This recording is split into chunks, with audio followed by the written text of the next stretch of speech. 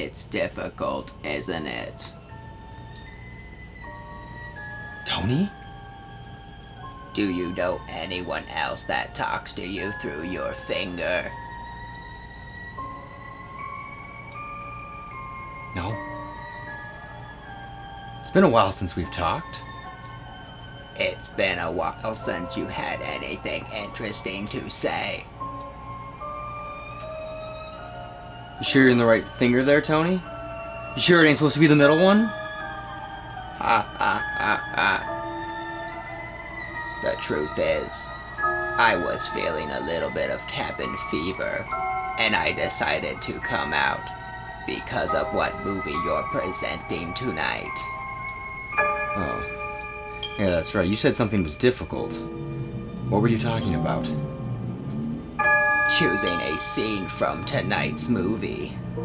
When there's so many to choose from, the real horror would be leaving any of them out.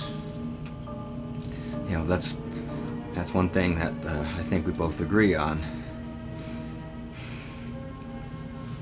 I think they're waiting.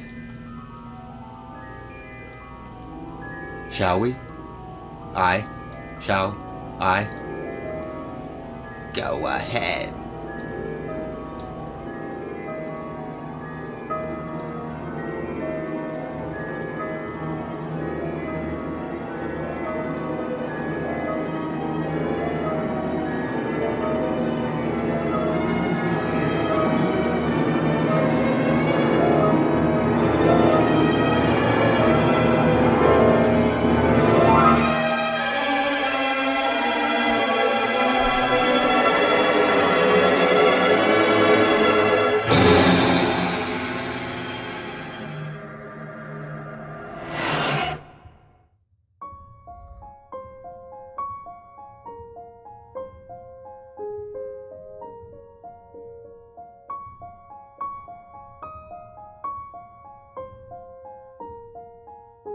Stanley Kubrick's adaptation of the 1977 Stephen King novel, The Shining. The film being released in 1980.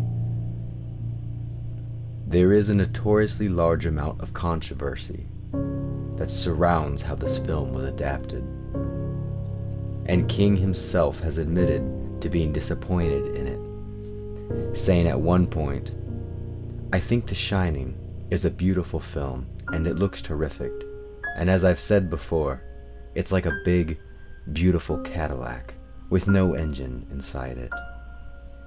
King has gone on to say that he respects Kubrick as a talented and intelligent man, and while he does have his fair and justifiable reasons for disliking the 1980 adaptation, one can also view these two works as very different expressions entirely. Filmmaker Stanley Kubrick, however, is a very precise visionary and storyteller, and never seems to create what he doesn't intentionally mean to. What Stanley Kubrick created with The Shining is one of my absolute favorite horror movies of all time.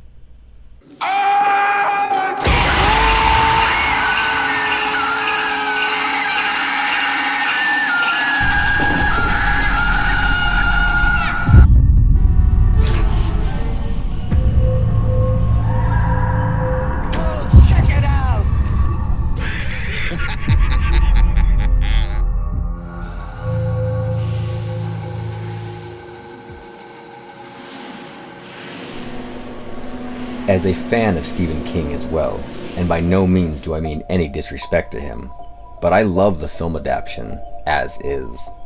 The film is a standing monument of how to make a timeless horror film that has something in it to frighten anyone. A film that has endless layers to peel back and analyze, and is so sharp in its precision of what it wants to tell us, as well as what it wants to hide from us, that the film can draw blood. This is admittedly a difficult film for me to sum up in a small amount of time, and has so many scenes I would love to share and break down that I find myself forced to simply choose one that I feel can be discussed within the confines of this video. And he's not here, Mrs. Torrance.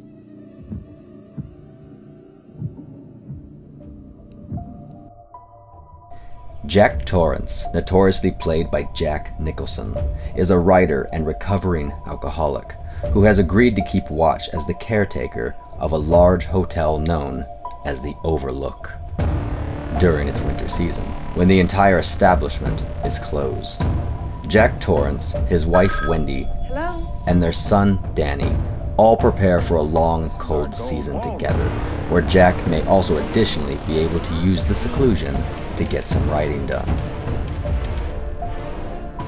They begin to try and make the most of it, as Jack writes and admits the hotel feels familiar and comfortable. You're in it? I love it. I really do.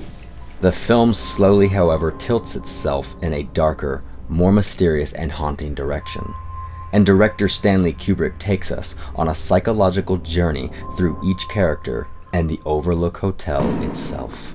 The film casts shadows that weave over so many aspects of the film's runtime that there has never been a point where fans don't feel the need to discuss the movie in depth, with mile-long theories and personal analysis of what multiple aspects of everything in the film mean. The film follows threads in countless directions that both intricately reveal to us secrets of the story, location, and characters, as well as allow the details to shy away from the focus and leave us pondering if there are answers at all. Kubrick was very talented at doing this, and has an impressive amount of control over us and where he feels we should look on screen, but always allows us to venture into other parts of the hotel if we so choose to. Tonight's scene is one of the film's more simplified aspects of the film's terror, albeit an iconic one.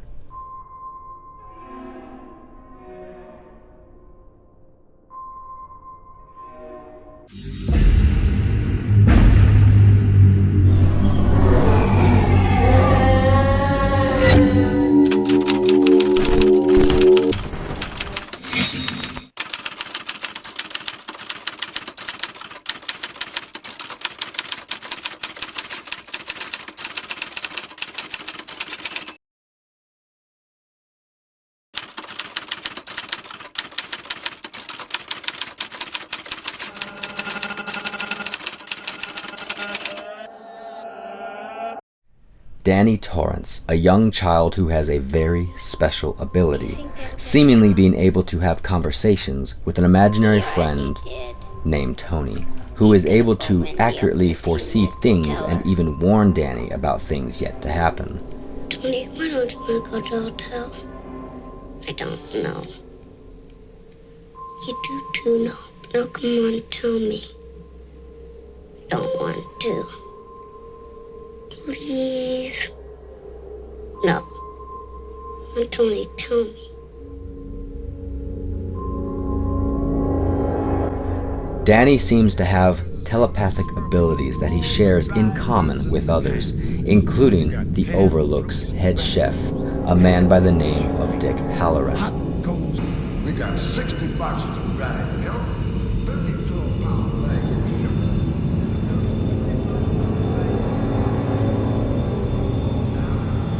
How'd you like some ice cream, Doc?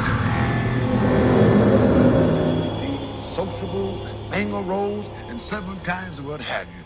Now we got dried Who peaches. tells Danny that this ability has been called shining. I can remember when I was a little boy, my grandmother and I could hold conversations entirely without ever opening our mouths. She called it shining. And even goes as far as to tell him the hotel itself has a shine to it as well. Drylon, are you scared of this place? No, scared of nothing here. It's just that, you know, some places are like people. Some shine and some don't. I guess you could say the Overlook Hotel here has something about it that's like shining. Is there something bad here? This opens the film to even wider interpretations of whether the hotel itself is an actual, presently aware and thinking thing. Well, you know, Doc, when something happens, it can leave a trace of itself behind. Danny, who also has a dark past between him and his father, as Jack was once very angry and abusive towards Danny while drinking, at one point in time even dislocating the child's arm.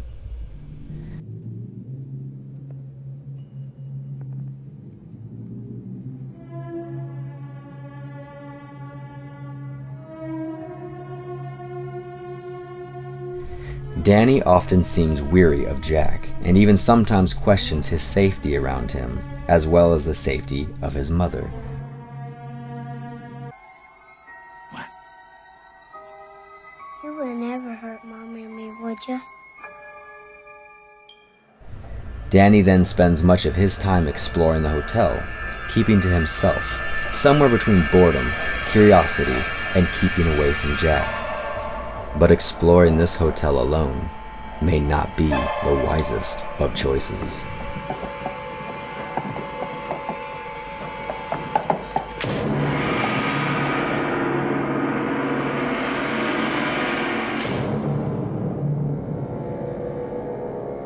Hello, Danny.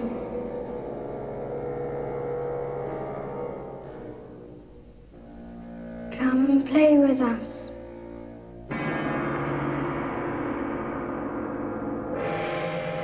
Come and play with us, Danny. Forever and ever and ever.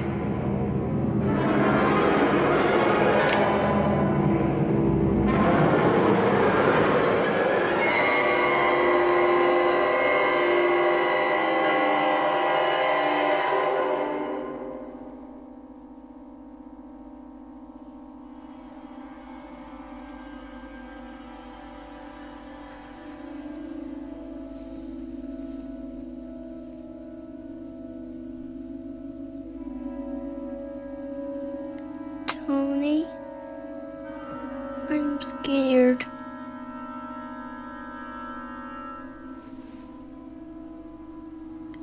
Remember what Mr. Halloran said. It's just like pictures in a book, Danny. It isn't real.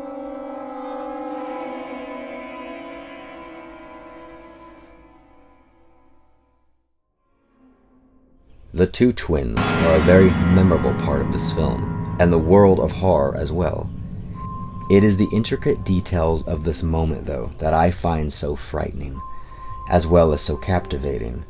The Overlook Hotel has many dark secrets hidden within it, and the hotel seems to be able to show us these things, like apparitions, whenever it so chooses to. Good evening, Mr. Torrance. Good evening. Usually in a timing that is clever and ultimately causes circumstances to lead into characters doing its will. I'm so sorry, sir. Oh, dear. I made an awful mess of your jacket, sir. Oh, that's all right. From early in the film, we have heard about two young girls being murdered by a former caretaker in the hotel. Complete mental breakdown. He ran amok and he killed his family with an axe. Stacked them neatly in one of the rooms of the West Wing, and then he put both barrels of a shotgun in his mouth. Police, they thought that it was what the old-timers used to call cabin fever. At first, it seems like a frightening story of the hotel's past. But little by little, more and more is revealed about the past murder. And while Jack at one point even seems to meet the spirit of the man who committed the murder, the twins' own father. Mr. Grady, you were the caretaker here. I recognize you. Danny meets the two girls themselves. But something I love about this moment is that instead of being a deliberate warning to stay away and avoid the same fate that they suffered, they instead, in unison, ask him to join them. Instead of saying, "Run away, Danny. Save yourself, Danny," they say, "Come and play with us, Danny. Forever and ever." Come and play with us.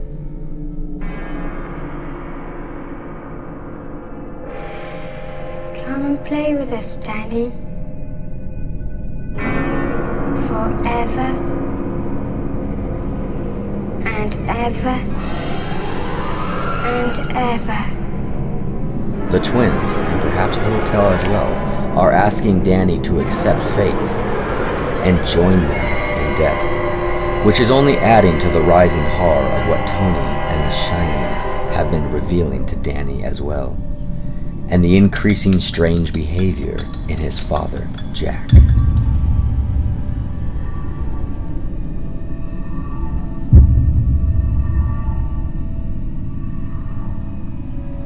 The use of music in this scene is fantastic as well. As Kubrick was known to use classical and 20th century classical in his films.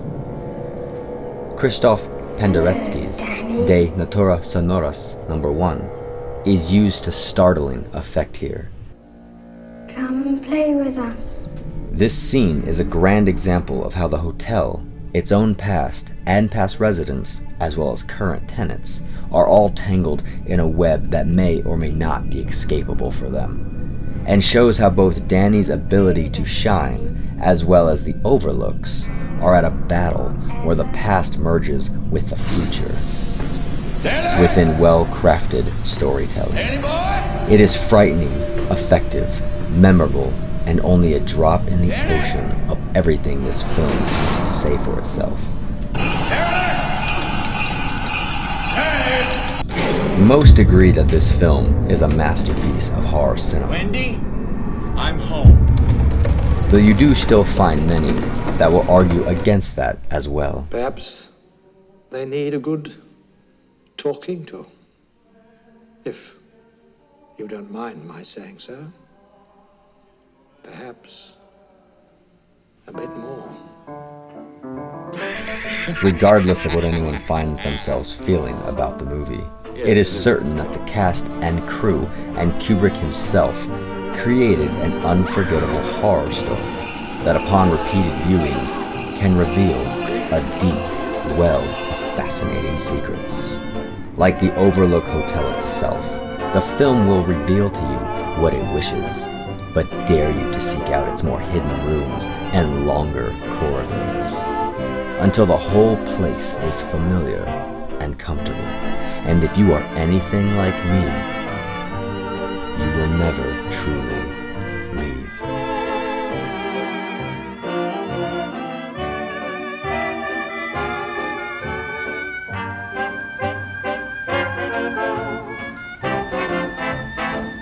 I feel like this movie could have a series like this all by itself. Yeah, it probably could. Maybe I should create one. You? Why not? Oh, no reason. Might take a while to write with one finger, though. I don't need you in order to create it. Wait. Really? You can vocalize yourself separate from me? Yes, I can. Well, I learned something tonight.